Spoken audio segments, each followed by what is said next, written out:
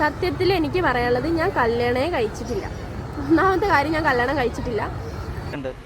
Plan ചെയ്ത വിവാഹമായിരുന്നു ഷാജിദ. രണ്ടാം വിവാഹം അങ്ങനെ പരക്കൊരു ആരോപണം ഇങ്ങനെ വന്നുകൊണ്ടിരിക്കുന്നുണ്ട്. പ്ലാനിങ് ഒന്നുമില്ല, പ്ലാനിങ്ങോട് കൂടിയിട്ടുള്ള കല്യാണം ഒന്നല്ല.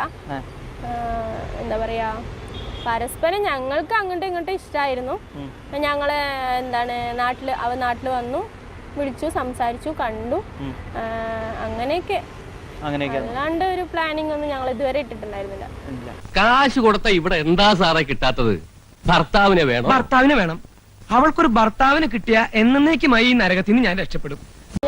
വയനാട്ടിൽ പോയപ്പോ അവൻ എന്റെ കൂടെ ഉണ്ടായിരുന്നു. അങ്ങനെ ചെറിയൊരു ഹണിമൂണാക്കി മാറ്റി. ഹണിമൂൺ ആയതുകൊണ്ട് പുറത്തിറങ്ങാതെ മുറിക്കാതിരുന്നാലും നിനക്ക് സമയം പോവും. ഞങ്ങൾക്ക് അങ്ങോട്ടും ഇങ്ങോട്ടും ഇഷ്ടമായിരുന്നു. ഞങ്ങള് അവൻ നാട്ടിൽ വന്നു, വിളിച്ചു, സംസാരിച്ചു, കണ്ടു, അങ്ങനെയൊക്കെ.